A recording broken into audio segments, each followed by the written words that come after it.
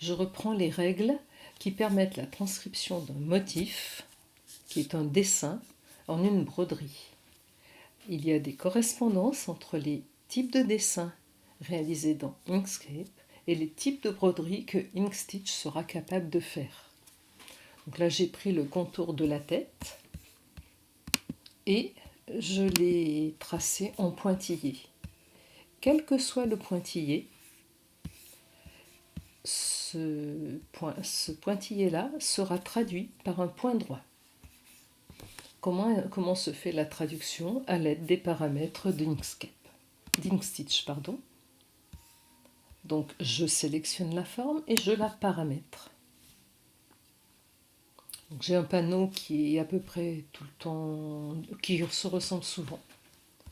Donc ici, je vois le paramétrage standard. On a pour chacun des points un paramétrage standard. Ici, il s'agit d'un point droit qui a démarré là et qui a fait tout le tour de la tête avec des points de 1,5 mm d'épaisseur. Cet argument-là n'a aucune raison d'être là. Il a été maintenu, je ne sais pas pourquoi. Et en 232 points, on a fait le tour en point de piqûre de 1,5 mm. 1,5 mm, c'est tout petit. Un point de couture, c'est de l'ordre de 2,50, 2,5 points, 4 points par millimètre. Donc si je programme à 2,5, on voit que le tour est fait un petit peu plus, avec un nombre de points inférieur. En broderie, ça peut être intéressant, et ça va être intéressant, notamment dans le cadre d'un ITH, et tout dans le cadre, ça va nous permettre, par exemple, d'assembler le devant et le dos de l'objet qu'on va vouloir réaliser. Alors on a des variantes. Une première variante consiste à faire des allers-retours au point de piqûre. Donc je démarre, je fais une répétition dans un sens et une dans l'autre, et je reviens. Ça peut être très intéressant, par exemple dans le cas où on a des pétales de fleurs, des étamines. On veut repartir toujours du même point. C'est intéressant d'avoir une répétition à 2. Je la remets à 1. Et cette fois-ci, c'est le nombre de répétitions pour le point triple que je vais mettre à 1. Et puis, je vais ralentir.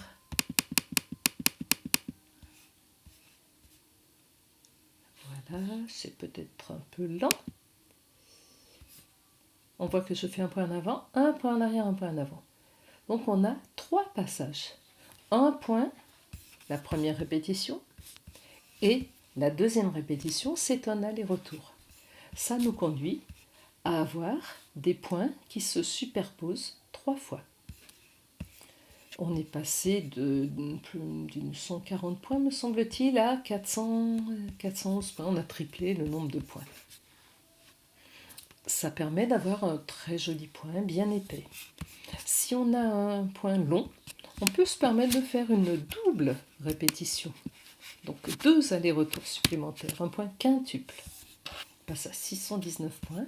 Et là, on a quelque chose qui prend un peu de volume et un peu d'épaisseur en point droit. Donc la correspondance, c'est contour en pointillé sur Inkscape, point droit sur Inkstitch, avec tous les paramétrages disponibles.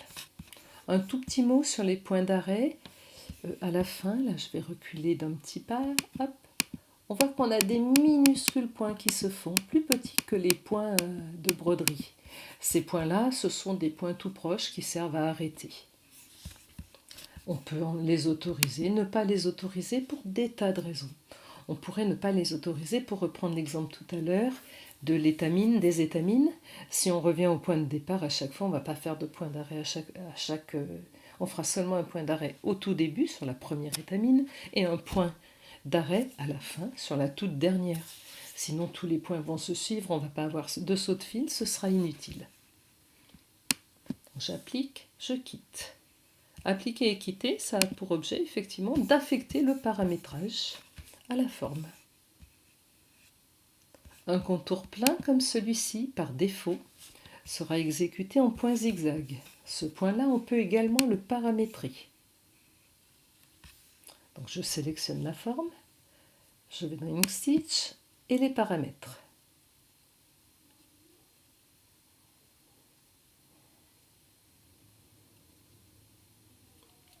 Voilà, un joli point de zigzag. Alors, tous les menus qui sont là, les autres là, sont inutilisables quand on travaille en zigzag. Il reste des choses qui ne sont pas très belles là. On a les coins sont, les nœuds durs, voilà, sont souvent maltraités en zigzag. Mais c'est déjà une jolie façon de faire des bourdons. Alors là, l'espacement crête à crête prend son sens. Si j'augmente cet espace-là, si je le passe à, pour que ce soit clair, on va le passer à 0,8, on va le doubler. Voilà, c'est l'espace en fait entre deux points, deux retours successifs là. Plus c'est grand, moins c'est dense. Tout dépend encore une fois de ce qu'on veut faire. Bon, la répétition là, elle n'a pas de sens. Ensuite, on peut avoir une zone remplie sans contour. Je vous conseille d'ailleurs de ne jamais traiter en même temps des zones avec fond et contour. Un fond de couleur, ce sera un point de remplissage. Donc paramètres, toujours la même démarche, paramètres de remplissage. C'est un petit peu plus long parce que vous vous êtes bien rendu compte que quand on paramètre, on demande à la machine de calculer tous les points qui vont s'exécuter. Alors là, je vais vous expliquer ce qu'elle a fait. Déjà, on a 13 000 points, ce qui est énorme. On a rarement ça sur une surface. Elle est très très dense, celle-ci. Alors par défaut, on a un espace entre rangées à 0,25. Je lui préfère largement l'espace entre les rangées à 0,25 signifie qu'on a 4 rangées de points par millimètre. Bon, moi, généralement, je remonte cette valeur. On était à 14 000 points. On va voir que quand il va recalculer avec un espacement un peu plus grand, il faut le temps de calculer, bien sûr, on est descendu déjà de 3000 points.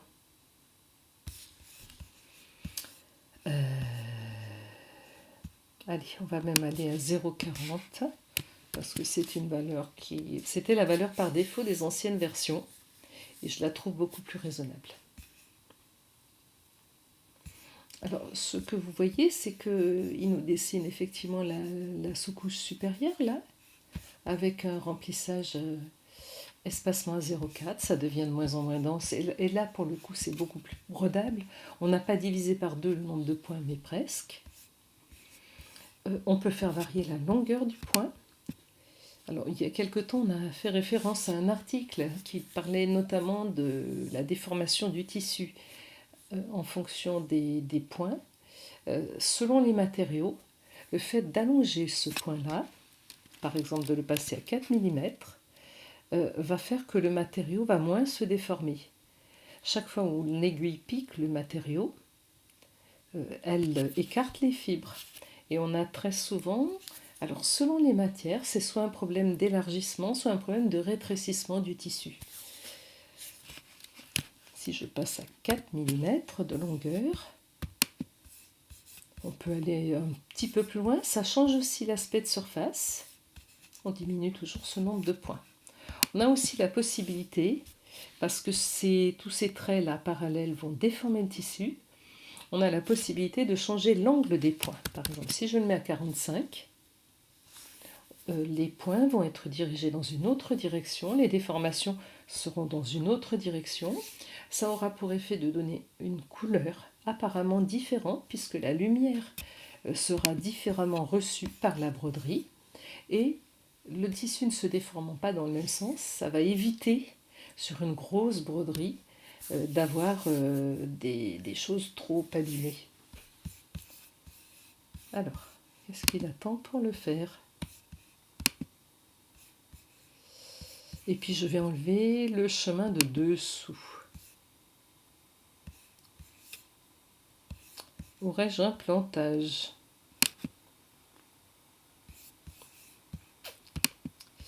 Bien, j'y retourne.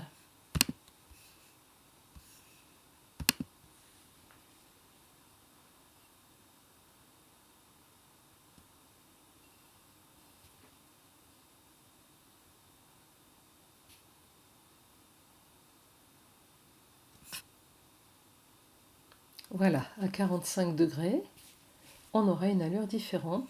J'ai également enlevé le chemin de dessous pour la surcouche, la couche du dessus. On voit qu'on n'a plus les petites choses à l'intérieur, par contre on a un petit trait sur l'extérieur. Sous-couche de remplissage automatique. Si on ne demande rien, la sous-couche est à 90 degrés. La longueur de point maximale, c'est la même que sur le dessus. Et l'espace entre les rangées, c'est 3 fois celui du dessous. On peut aussi enlever le chemin. Alors je vais mettre un espacement, on était à 0,4, je vais mettre 0,4 pour voir ça. Oui, 0. Bon, ça serait pas futé parce que sur du tissu, ce serait un peu dense. Allons-y quand même.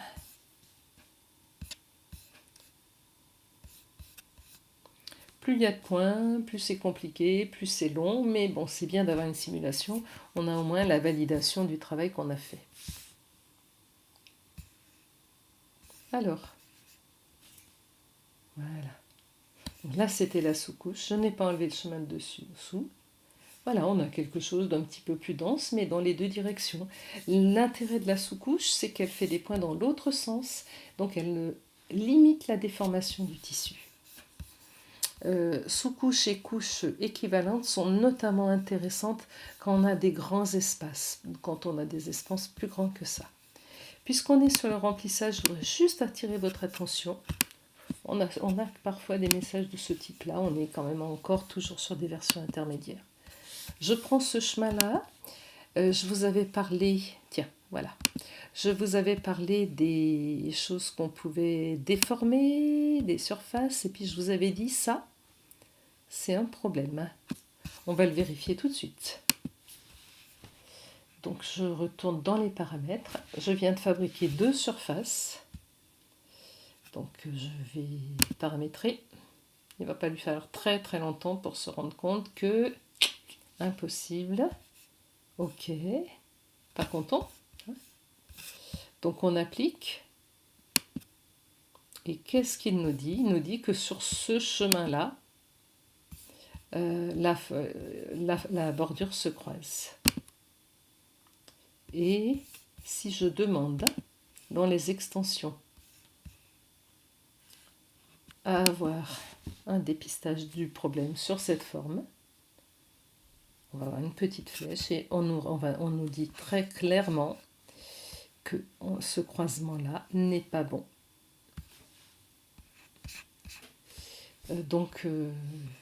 Alors c'est un problème que vous pouvez rencontrer, notamment quand vous faites ce qu'on appelle des vectorisations automatiques. Voilà, vous avez vu au moins à quoi ça correspondait. Donc fond de couleur, point de remplissage. Alors, 2 rails et des traverses, on n'a pas ça pour l'instant. Ça, c'est un point extrêmement intéressant, c'est le point satin. Donc je pars de mon chemin, qui est un chemin épais. Je l'ai fait à 3 mm d'épaisseur. Pour qu'on voit mieux, je vais demander dans les extensions à transformer ça en un point satin. Donc, convertir la ligne en satin. C'est la machine qui travaille. C'est la machine qui nous fait des lignes et des traverses. Alors, elle a partagé la forme en 2. On va quand même voir ce que ça donne. Vous vous souvenez tout à l'heure les angles avec le zigzag? C'était pas tip top. Et alors là, on va voir ce que ça donne. Colonne satin, donc on voit tout de suite que les angles sont de bien meilleure qualité. Je vais agrandir un tout petit peu, 0,8, allez. 0,8, je vais mettre une sous-couche.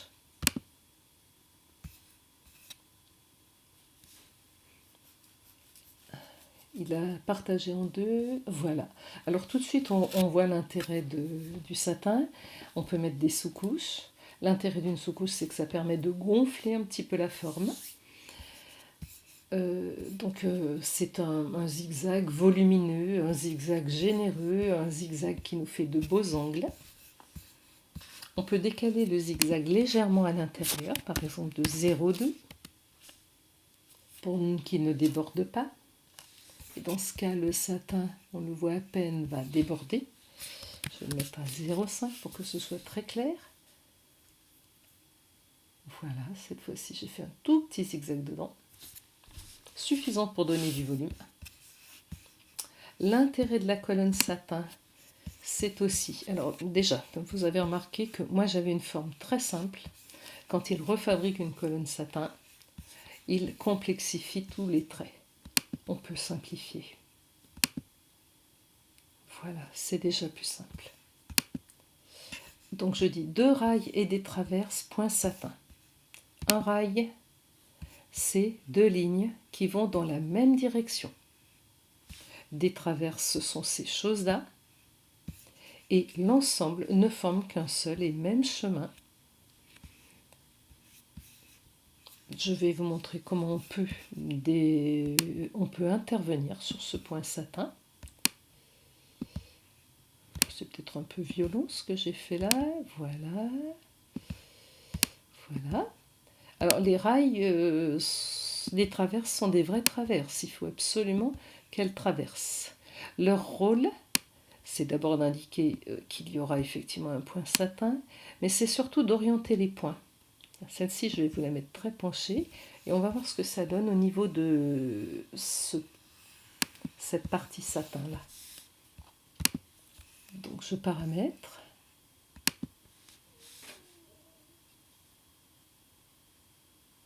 En fait, ce sont les mêmes paramètres que tout à l'heure avec le petit rentré de 0,5.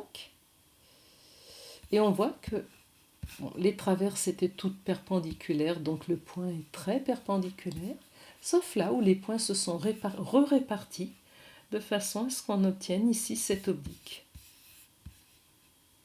Donc j'applique, je quitte. On a vu qu'on peut donc transformer. Et on démarrera par ça, en point satin. Quand vous serez plus à l'aise, vous le ferez entièrement. On a vu qu'on peut transformer du zigzag en satin. On a vu qu'on peut faire du point droit, on a vu qu'on peut faire du remplissage. On a encore quelques points, mais on se limitera à ça dans l'exercice qui suit.